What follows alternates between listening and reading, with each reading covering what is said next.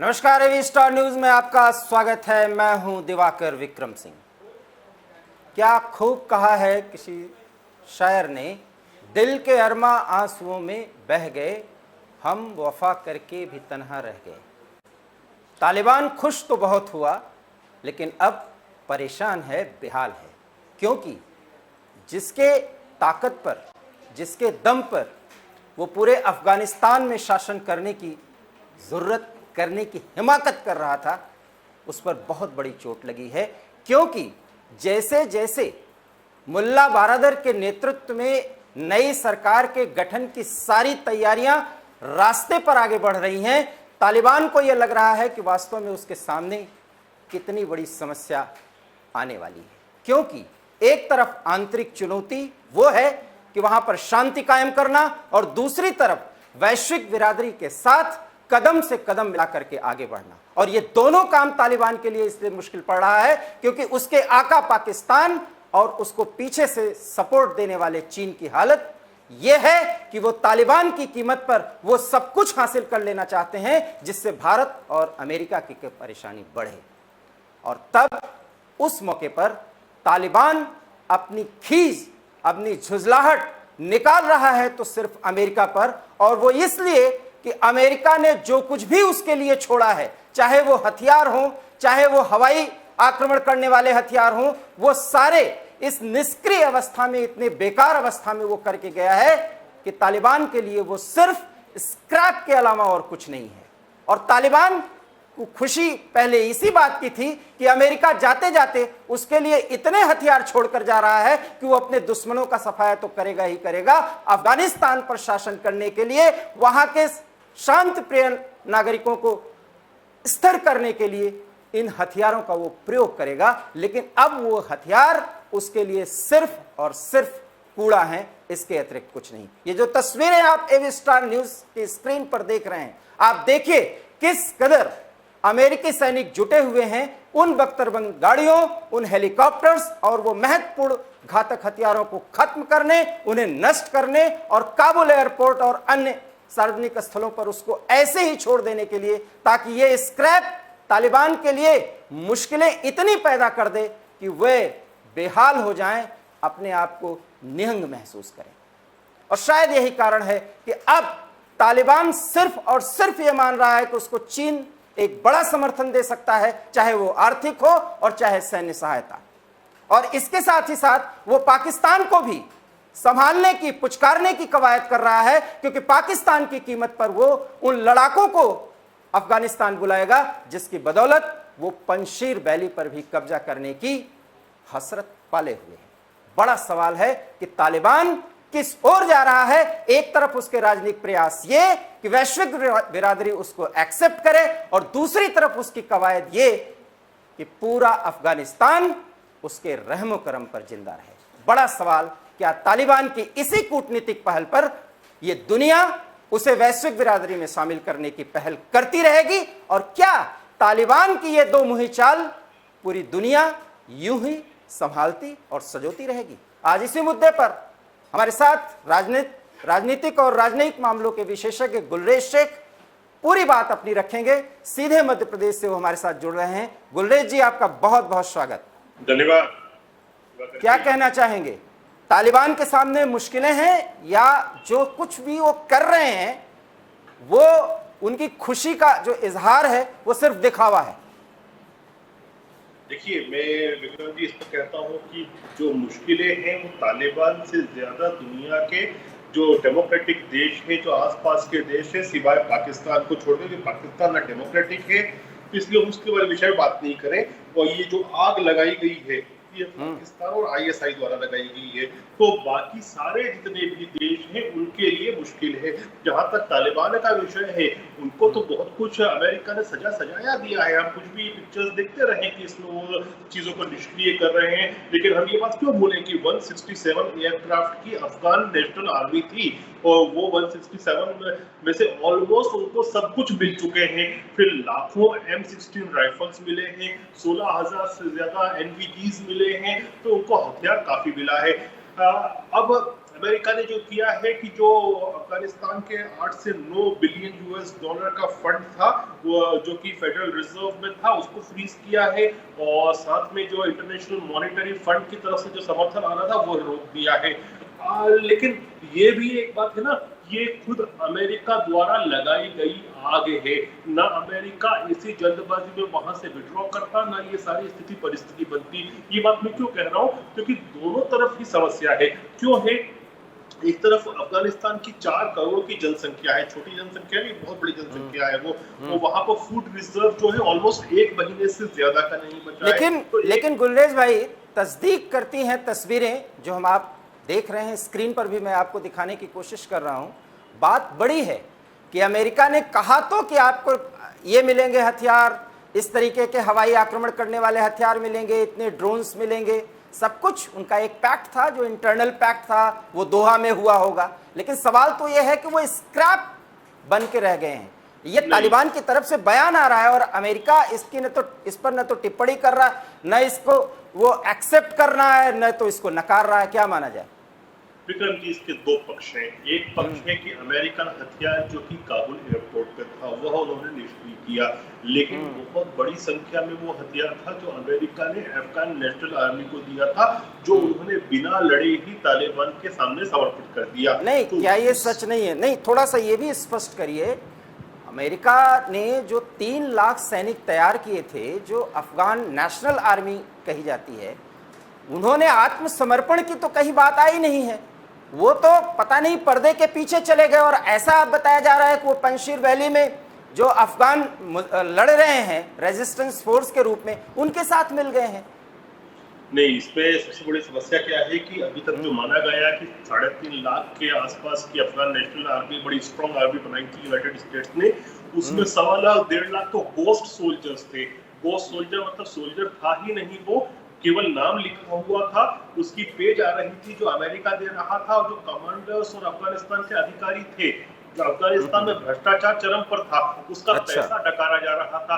तो ज्यादा से ज्यादा 1 लाख 1.25 लाख से ज्यादा नहीं थे वे। वो उनमें से भी बहुत सारों ने क्या किया कि देखिए, आप ये मत भूलिए, अफगानिस्तान एक ट्राइबल सोसाइटी है, और ट्राइबल सोसाइटी में ट्राइबल एल्डर्स की भी चलती है, दूसरी भी बहुत सारी चीजें होती हैं। तो जब, और अफगानिस्तान की खासियत रही है कि जो विनिंग सेक्शन रहा है उसके साथ लोग चले जाते हैं। तो जब भी राइटिंग ऑन द वॉल दिखती है कि ये जीतने वाला है, तो उसके साथ चले जाते हैं। तो यही कहीं ना कहीं वहां पर भी हुआ। फिर एक बात और भी है कि अफगानिस्तान में तालिबान का वर्चस्व जो था वो रूरल एरिया में ज्यादा था, और अशरफ गनी की जो सरकार थी वो अर्बन सेक्टर में थी। लेकिन अफगान नेशनल आर्मी के भी ज्यादातर जो कैडेट्स थे वो रूरल बैकग्राउंड के थे। तो उनके ऊपर प्रेशर पारिवारिक भी रहता है, क्योंकि ग्रामीण अंचल में तालिबान सक्रिय था, वो वहां पर उनके परिवारों पर प्रेशर डाल रहा था। तो अपनी जान बचाने के लिए गरीब घर के लोग थे, ये लोग शायद विड्रॉ कर लिए, ऐसा बहुत सारे एनालिस्ट का मानना है।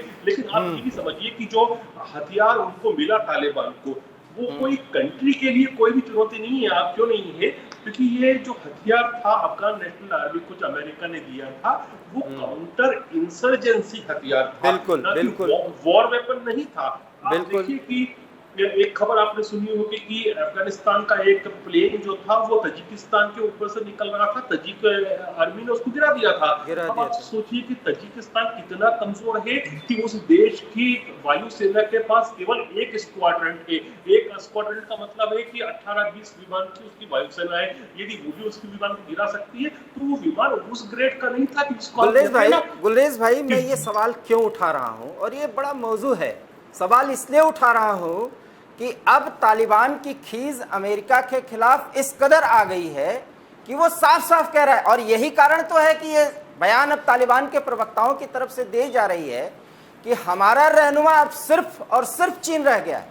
क्योंकि अमेरिका की कारस्तानी को तालिबान जिस तरह से एक्सेप्ट करके और उस पर झुंझलाहट अपनी दिखा रहे हैं, अमेरिका की तो भद पिट गई ना।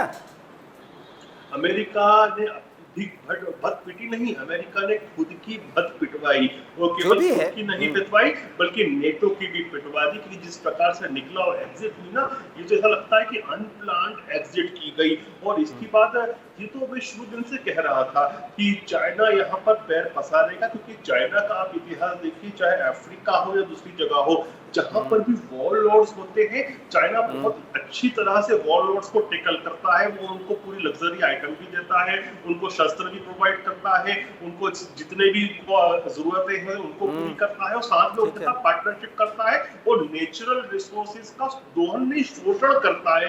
तो अब यही चीज अगर वो तालिबान को भी एक वॉरलॉर्ड की तरह ट्रीट करेगा तो डेफिनेटली वो बहुत अच्छी तरह से उसको टेकल कर सकता है, क्योंकि उसका एक्सपीरियंस है। दुनिया के ज्यादातर देश और खासतौर से जो विकसित देश हैं वो वॉरलॉर्ड्स के साथ नहीं टेकल कर पाते, वो एक स्थायी सरकार के साथ टेकल करते हैं। वो सरकार कोई भी हो, डेमोक्रेटिक हो, वो किंगशिप वाली हो, वो कम्युनिज्म की हो, कोई भी सरकार हो, लेकिन जहां पर वॉरलॉर्ड का कल्चर है। अब आप देखिए कि वॉरलॉर्ड्स का कल्चर अफगानिस्तान में किस प्रकार से रहा है।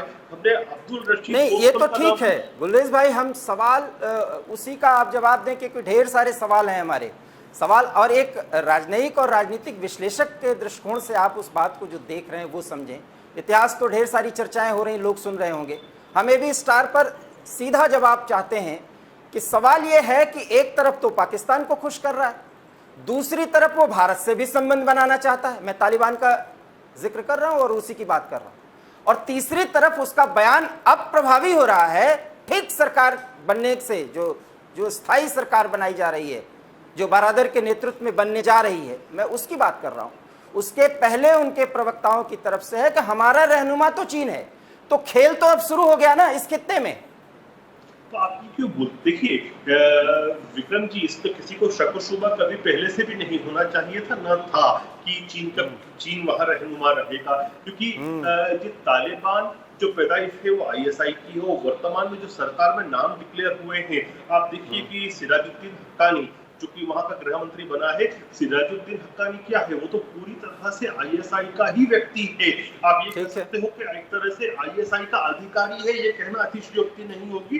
और वो तालिबान के भी जो बड़े बड़े नेता होंगे वो डेफिनेटली डरते होंगे सिराजुद्दीन हक्कानी से और हक्कानी नेटवर्क से, क्योंकि इनके पास किलिंग पोटेंशियल इतना ज्यादा है due to support of ISI. फिर दूसरा, कल एक और घटना हुई, कल हुई है जो उनका इंटेल चीफ है इंटेलिजेंस का, वो नजीबुल्लाह को बनाया है। अब ये नजीबुल्लाह की पैदाइश जो थी ये फाटा के आसपास ही अफगानिस्तान में हुई थी, और ये 2012 में तालिबान के खिलाफ चला गया था। इसने अपना फ्रैक्शन बनाया था, वो इसको पूरा समर्थन था आईएसआई का। आप ये समझिए कि जब तालिबान के खिलाफ जिस आदमी ने तालिबान को तोड़ने की कोशिश की और तोड़ दिया और एक अपना फ्रैक्शन बना लिया, वो आईएसआई का क्लोज था, उसको आप इंटेल चीफ बना रहे हो, मतलब आईएसआई को हाथ में आपने इंटेलिजेंस दे दिया। अब आज के समय पाकिस्तान का रहनुमा कौन है, वो चीन है। तो आप वहीं से केमिस्ट्री समझ लीजिए कि चाइना इनका भी रहनुमा है और पाकिस्तान का भी। तो यही तो मैं कह रहा हूं कि तब तो स्थिति क्लियर हो गई।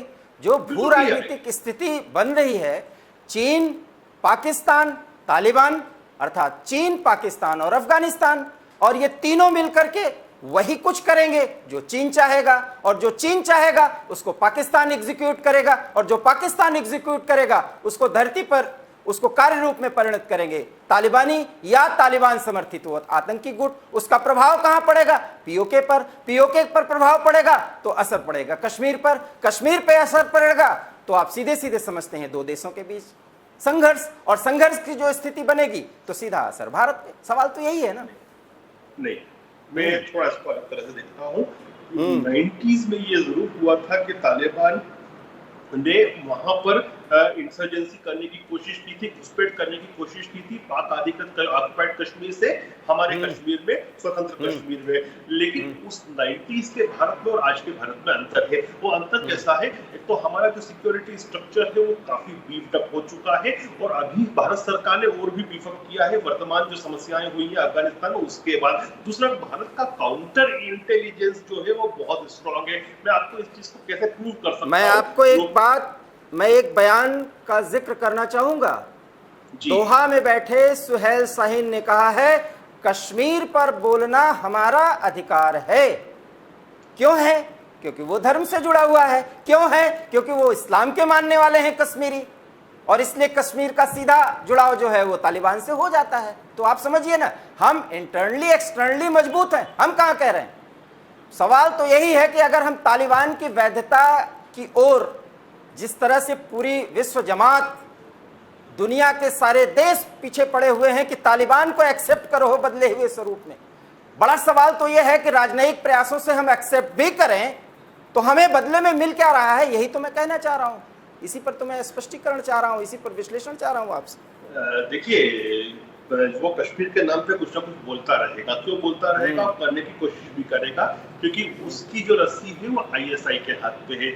और हमने देखा कि अभी जो अलगाववादी नेता की डेथ हुई कल कश्मीर में, तो किस प्रकार से पाकिस्तान की फॉरेन मिनिस्ट्री, वहां की फौज और खुद इमरान खान की प्रतिक्रिया आई, उन्होंने अपना झंडे का आधा झुकाया, जितने नाटक किए कर सकते थे किए उसके नाम पर, गिलानी के नाम पर। तो तालिबान डेफिनेटली कोशिश करेगा कि कश्मीर का नाम बार बार जितना पाकिस्तान अलापता है उससे ज्यादा अलापे, क्योंकि उसको पाकिस्तान को भी खुश करना है और विशेषकर आईएसआई को खुश करना है। और ISI is the dirty mind of Pakistan, जो कि तालिबान को भी गुलेश भाई मैं यही तो कह रहा हूँ, मैं यही बात तो कह रहा हूँ। चुनौती है कि अगर खुशी ही करना है आईएसआई को, तो पाकिस्तान अपने इस तथाकथित विदेश नीति पर, जहां नीति है ही नहीं, वहां तो वो सफल नजर आ रहा है। तो मुश्किलें तो हमारी बढ़ ही रही है ना। हम उन चुनौतियों का सामना करेंगे, क्योंकि 130 करोड़ जनता ये जनमत है और ये हमारी ताकत है, ये तो हम भी कह रहे हैं। लेकिन मुश्किलें हमारी बढ़ रही हैं। नहीं बिल्कुल है। और आप ये दूसरी बात मत भूलिए कि पाक ऑक्यूपाइड कश्मीर, जो कि हमारा कश्मीर है, वहां तक तो तालिबान पहुंच ही चुका है, तो उससे लगा हुआ हमारा कश्मीर है। तो डेफिनेटली चुनौतियां हैं और चिंता का भी विषय है, इस चीज को कोई इग्नोर नहीं कर सकता। लेकिन जो बार बार एक बातें आ रही है कई सर्कल्स में, जो बात कर रहे हैं कि जो हथियार अमेरिका ने और या अफगान आर्मी के लोगों के हाथ लगे वो यदि कश्मीर में आते हैं तो क्या होगा, ये मैं इस चीज को ज्यादा कोई तवज्जो नहीं देता, क्योंकि M16 राइफल आ जाती है तो उसके अंदर कोई ऐसी मैजिकल बुलेट नहीं है जो दूसरे राइफल्स में नहीं थी। केवल एक ही चीज है, जो नाइट विजन गॉगल्स जो 16,000 छोड़ के गए हैं वहां पर अमेरिकी, और जो वो चलते हुए कंडीशन में है, वो वहां पर हमारे यहाँ यदि आते हैं तो फिर रात में हमले होने के चांसेस बढ़ते हैं कश्मीर में। और नाइट विजन गॉगल्स की वजह से ये समस्या हो सकती है। बाकी ऐसा आर्म्स एलिमिनेशन कुछ भी नहीं है कि जिससे भारत को समस्या हो। बताइए, 70,000 ट्रक छोड़ के गए हैं, तो मिलिट्री ग्रेड 70,000 ट्रक से हमको क्या फर्क पड़ना है? कोई आतंकवादी उससे नहीं आएंगे ट्रक से, हम भी छोड़ के गए हैं तो हम भी से तो कोई कश्मीर में नहीं घुस रहा ना। तो इसका मतलब कि रणनीतिक रूप से अमेरिका ने कम से कम इतना जो कुछ किया है वो सही कदम है। सही कुछ भी कदम नहीं है। जिस प्रकार से अमेरिका ने इनको छोड़ा, इनको बलवती बनाया, जिस तालिबान को कोई हाथ लगाना नहीं चाहता था उसको मेन स्ट्रीम किया, दोहा में जिस प्रकार से शांति वार्ताएं चली। आपको ये नहीं लगता कि गनी से जो 14 मिनट की बातचीत हुई थी, उसमें गनी को तो बहुत आगे बढ़ा रहे हैं, पुश कर रहे हैं जो बाइडेन साहब कि यार आप लड़ो, हम तो आपको 3 लाख की फौज दिए हैं। गनी साहब चुप हो जाते हैं। ये माजरा क्या था? जो 23 अगस्त के बाद के जो सारी बातें सामने आ रही हैं, और राइटर्स ने बाकायदा इन सारी बातों का जिक्र किया है, 1 to 1 जो बातचीत हुई है, तो गनी बहुत कमजोर शासक थे क्या अंतिम समय में? गनी कमजोर तो थे, इस बात से भी कोई दो राय नहीं है। देखिए, पहली बात आप ये मत भूलिए कि गनी ऐसा व्यक्ति था जिसको पश्तून भाषा तक नहीं आती थी, वो अंग्रेजी और उर्दू में काम चलाता था। गनी उनके जो नेशनल सिक्योरिटी एडवाइजर और उनके साथ की जो कोर टीम थी वो डबल पासपोर्ट होल्डर थी। वो यूजुअली वो अमेरिकन सिटीजन भी थी, वो अफगान सिटीजन भी थी। गनी की जो लोकप्रियता थी वो अपने राजमहल से बाहर नहीं थी। यहाँ तक कि उनका जो पठान और या पख्तून जो समुदाय था उसके नेता भी नहीं थे। तो ये सब चीजें कमजोरी थी। प्लस जिस प्रकार का रैम्पेंट करप्शन था, वो करप्शन हमने देखा कि हेलीकॉप्टर भर के और 4 गाड़ियां भर के वो पैसा लेके यूनाइटेड अरब एमिरेट्स भागे। तो जिस प्रकार का करप्शन था, उस करप्शन ने भी पूरा स्ट्रक्चर को जर्जरा दिया था। हमने जो 15 अगस्त के दिन देखा ना भाई साहब, वो तो क्या था, एक रॉटन सिस्टम था जिसकी इमारत भर भरा के गिरती हुई दिखी। वो सिस्टम पहले ही रॉट हो चुका था। दूसरी बात, जो बाइडेन साहब कह रहे थे उनको कि आप लड़े, लेकिन वो लड़ नहीं सकते थे। क्यों नहीं लड़ सकते थे? क्योंकि उनकी जो ट्रेनिंग हुई थी अफगान नेशनल आर्मी की, वो अमेरिकन स्टैंडर्ड्स से की गई थी। और अमेरिकन स्टैंडर्ड्स में बिना एयर पावर के, पहले एयर पावर डोमिनेट करता है, उसके बाद ग्राउंड ट्रूप्स डोमिनेट करते हैं। जब इन लोगों ने अपने कॉन्ट्रैक्टर्स अमेरिका ने विड्रॉ कर लिए तो एयरफोर्स रखी हुई है, लेकिन एयरफोर्स नहीं चल सकती बिना कॉन्ट्रैक्टर्स के, क्योंकि इतना पायलट अपना काम करेगा लेकिन टेक्निकल नो हाउ इतना होता है एयरफोर्स संचालित करने के लिए कि वो अफगानिस्तान की आर्मी कर ही नहीं सकती थी। और बिना एयर पावर के वो लोग कुछ नहीं कर सकते थे, आगे नहीं बढ़ सकते थे, क्योंकि उनकी जो ट्रेनिंग हुई थी वो इस प्रकार से हुई थी कि पहले एयर पावर जाएगा, उसके बाद आर्टिलरी जाएगी। अब यहाँ पर तो आर्टिलरी को आगे रख दिया गया। तो ये बेसिक प्रॉब्लम जो थी ना, एक थर्ड वर्ल्ड की आर्मी को फर्स्ट वर्ल्ड की आर्मी की तरह ट्रेनिंग दी गई और फिर एकदम से उसको थर्ड वर्ल्ड का हालात में ला दिया गया कि अब उस हिसाब से लड़ो, तो वो कैसे लड़ती?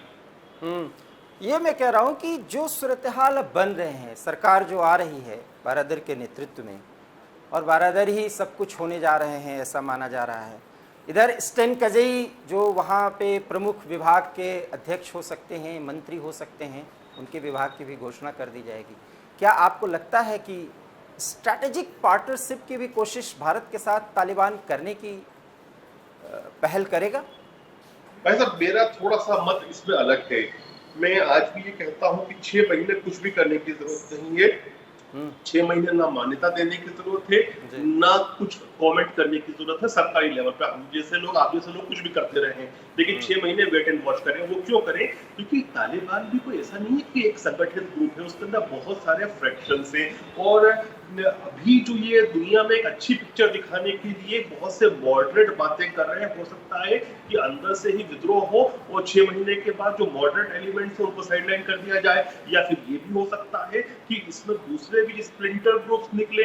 कैसे निकले? कि एक कंपटीशन हो सकता है पावर का, जो कि मुल्ला बिरादर के बीच में और सिराजुद्दीन हक्कानी के बीच में हो। क्योंकि मत भूलिए ये बात, बिरादर को 8 साल तक पाकिस्तान की ISI ने अपनी जेल में रखा था और अंततोगत्वा डोनाल्ड ट्रंप ने छुड़वाया था। तो बिरादर हो सकता है अंदर से पाकिस्तान से अपने आप को फ्री करना चाहे। और दूसरा, उसका पावर के अंदर बीच में जो पड़ा रहेगा, जो ISI का स्टूज बिठा रखा है, तो इंटेलिजेंस का चीफ बना के बिठा रखा और एक होम मिनिस्टर बना के बिठा रखा है। फिर मुल्ला उमर का लड़का भी वहां पर है जो मिनिस्ट्री ऑफ डिफेंस देखेगा। तो उसके बीच में भी और हक्कानी के बीच में भी और बिरादर के बीच में भी एक कंपटीशन हो सकता है। तो हिंदुस्तान किसको कहां यूज कर सकता है, बहुत सारी सिचुएशन बन सकती हैं। तो अभी ऑब्जर्व करें कि वहां क्या क्या खेल होते हैं। फिर हमको ये भी देखना चाहिए कि जो दूसरे लोग बैठे हैं, जैसे हामिद करजाई, अब्दुल्ला, इनको कुछ मिलता है या इनके लोगों को कुछ मिलता है। यदि इनके लोगों को या इनको कुछ मिलता है तो फिर वहां से भी हम अपना इन्फ्लुएंस को, अपने टेंटिकल्स को आगे ले जा सकते हैं। तो मुझे लगता है थोड़ा सा अभी 6 महीने देखें। अभी तो क्या धूल उड़ रहा है, धूल थोड़ा सेटल हो जाने दे। एक बार धूल सेटल होगा तो पिक्चर क्लियर दिखेगी, तब हमको दिखेगा कि दरारें कहाँ पर है। उन दरारों को भर के हम अपना हित सिद्ध कर सकते हैं कि वो हो सकता है दरार जो है वो हक्कानी के बीच में, बिरादर के बीच में या मुल्ला उमर के बेटे के बीच में हो। वो स्पष्ट दिखे कि पावर की स्ट्रगल शुरू हो, तो उसमें भारत भी किसी एक पार्टी के साथ अपना फायदा कर सकता है। नेशनल इंटरेस्ट ही होना चाहिए फाइनली। तो क्या आपको ऐसा लगता है कि वेट एंड वॉच का एक्सटेंशन अभी 6 महीने तक बढ़ाया ही जाना चाहिए? बिल्कुल बढ़ाना चाहिए, कम से कम 6 महीने करना चाहिए। तब हमको बहुत कुछ होते हुए दिखेगा कि कौन कौन से फ्रैक्शंस हैं और कौन को पावर मिल रहा है वास्तव में, अंदर से कौन नियंत्रण कर रहा है। और फिर दूसरा ये भी मत भूलिए आप कि चाइना और पाकिस्तान की इक्वेशन क्या रहेंगी। क्यों बोल रहा हूँ ये बात? क्योंकि चाइना यदि फाइनेंस करता है तो वो पूरा one belt one road OROP जो उनका प्रोजेक्ट है उसको पूरी तरह से वहां लाने की कोशिश करेगा। लेकिन पाकिस्तान चाहेगा उसको जियोपर्डाइज करे। क्यों? क्योंकि वो चाहेगा कि चाइना का जो इन्फ्लुएंस अफगानिस्तान में हो वो वाया पाकिस्तान हो। लेकिन अगर चाइना खुद फंड कर रहा है तालिबान को, तो वो चाहेगा उसका खुद का इन्फ्लुएंस हो। तो उसमें हो सकता है कि टेररिस्ट अटैक्स हो इस प्रकार के, जिसकी वजह से वो काम आगे बढ़ ही नहीं पाए और फिर कहीं ना कहीं दरार उनके बीच में भी दिखे। तो अभी थोड़ा सा रुके, इतना इजी नहीं है। देखिए, चाइना आके सब कुछ कर लेगा। ये अफगानिस्तान ही श्रीलंका नहीं है कि जहां पर चाइना ने पैसा लगाया, थोड़ा खरीद लिया उसको, अम्बन टोटा ले लिया। ये अफगान लोग हैं। ये अगर चाइना इनकी जमीन को एक्वायर करने की कोशिश करेगा तो उसको भी गोली मारेंगे। तो थोड़ा बिल्कुल मैं इस बात से सहमत हूँ गुलरेज भाई की। मैं तो चाहता हूँ, देखिए अफगानिस्तान में अपने हाथ जलाए ब्रिटिशर्स थे, सोवियतों ने, अमेरिकियों ने। मैं चाहता हूँ कि चाइना भी पूरा जल जाए, हाथ ही नहीं जलाए, उसको लेने दो, उसको कोशिश करने दो जो डेट ट्रैप डिप्लोमेसी करने की, कि कर्ज में डुबा दिया। ये इस टाइप के लोग नहीं है कि कर्ज में डूब जाएंगे तो अपना देश दे देंगे, जमीन दे देंगे। ये उल्टा गोली मारेंगे उनको, चीनियों को। बहुत ही महत्वपूर्ण बात आपने कही, और कम से कम ये बात तो मैं भी मानता हूं कि चाइना यहां पर अपने मक्कारी की राजनयिक पहल के तहत तालिबान के जरिए अफगानिस्तान को लूटने की कवायद तो कर रहा है, लेकिन उसे शायद पता नहीं कि USSR, अमेरिका, ब्रिटेन सबके हाथ अफगानिस्तान में जल रहे आग में जले हैं। और अगर तालिबान के जरिए अफगानिस्तान में हाथ डालने की कोशिश चीन करेगा तो चीन भी जलेगा, और इस पूरे जलने की उसकी कवायद और उसकी स्थिति को भारत को देखते रहना चाहिए, लेकिन बहुत बारीकी से। गुलेश भाई, आपका बहुत बहुत धन्यवाद, आपने एबी स्टार न्यूज़ के साथ बातचीत की, और देश और दुनिया के तमाम बड़े नमस्कार।